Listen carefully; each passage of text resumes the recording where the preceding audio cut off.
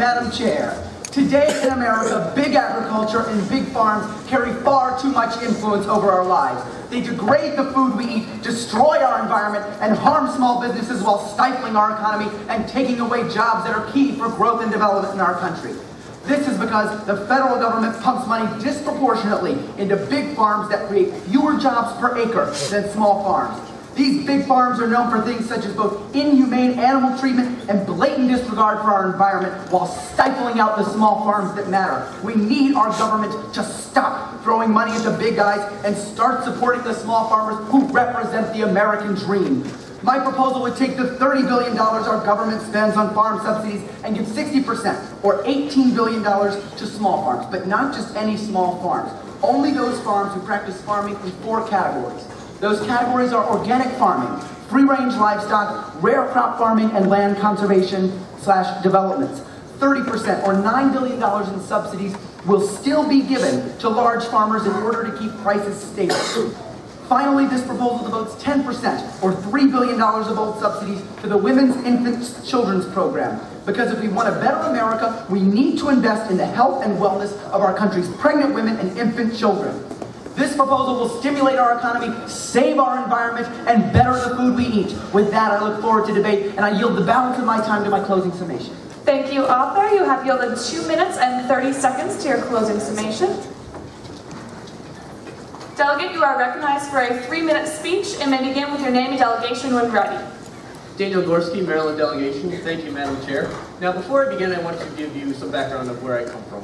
Now, I live in Harford County, Maryland, which is north of Baltimore, and let me describe it in this way.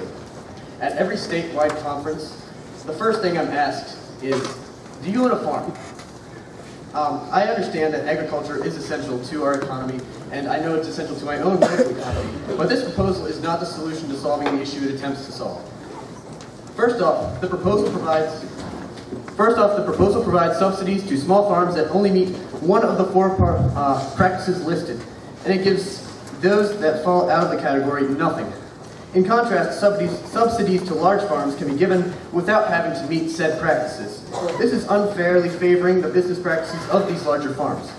Secondly, this proposal gives no distinction between large farms and very large farms. There is a difference. Large farms gross between $250,000 and $500,000 a year, while very large farms gross over $500,000 a year.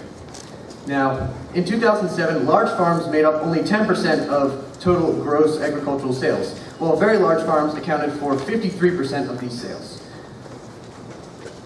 That said, eliminating all subsidies from very large farms will fail to stabilize prices on crops, thus harming the small farms this proposal intends to save. Finally, there is the issue of demographic makeup of small farms. Within this category, only 19% of farms, small farms that is, claim that farming is their primary occupation, as opposed to 100% of larger farms. Instead of providing a blanket subsidy to all that fall into this category of small farms, we need to put more revenue into those 19% that base their livelihood on farming. Agriculture is the backbone of the world's economy and local economies everywhere. I believe that with all of my being, and we need to address the problems faced by the agricultural sector. However, this proposal will unintentionally have adverse effects.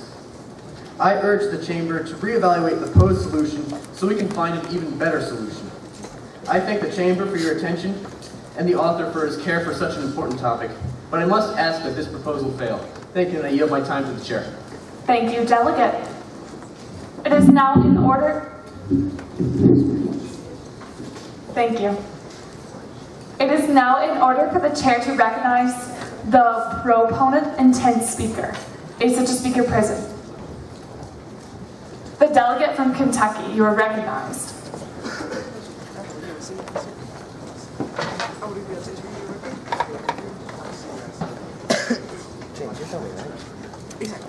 Delegate, you are recognized for a 2-minute pro-intent speech, and you may begin with your name and delegation when ready. Carter Hearn, representing the Commonwealth of Kentucky. Thank you, Madam Chair. In 1978, radio personality Paul Harvey made a speech that began, and on the 8th day, God looked down on his planned paradise and said, I need a caretaker. So God made a farmer. It is impossible to deny the importance of the small farmer to the American people. They deliver fresh-grown crops, stock our local farmers markets, and they are integral parts to our economy and ecosystem. However, these proud men and women do not get nearly enough recognition, and this proposal works to fix that. By reappropriating these subsidies, we will be doing more than just giving money to the farmers and encouraging good farming practices so as to combat some of the issues within the food industry. We will be encouraging crop rotation, which revitalizes the earth and diversifies the market. Beyond just that, we are giving $3 billion annually to not only Women, Infants, and Children program, but also the National School Lunch Program.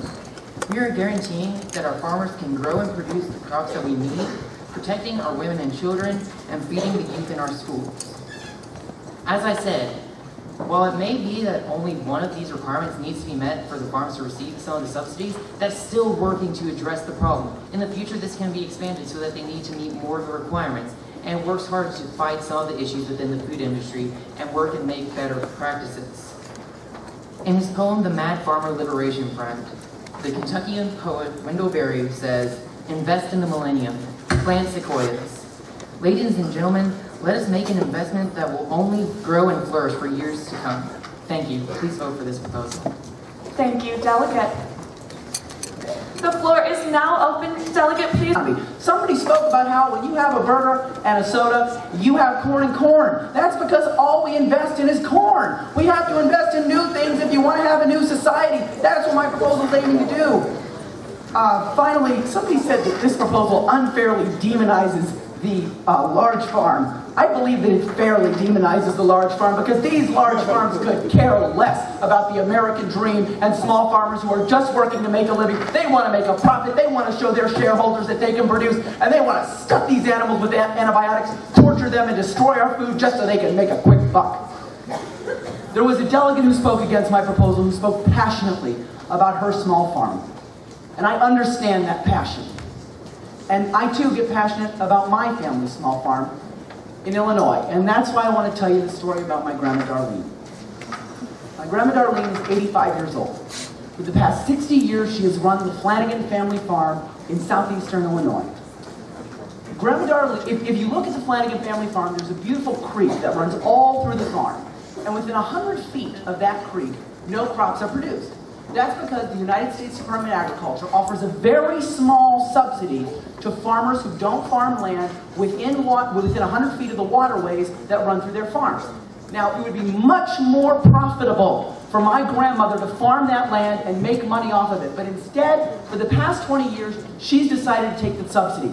And our farm has been in debt for the past 80 years. And every year for the past 20 years, my uncle has begged my grandmother to farm that land. And every time my grandmother comes back with the same response. She says, "I know the pesticides that go into our crops. I know what goes into that river. I know it leads to the Mississippi River. And I have a grandson who lives down that river."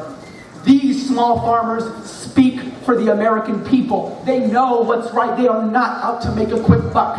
I want to remind you that this is a proposal for the future. This proposal invests in our young children, it invests in our health, and it invests in the small farmers who represent the American dream. I urge passage on this proposal, and I yield my time to the chair.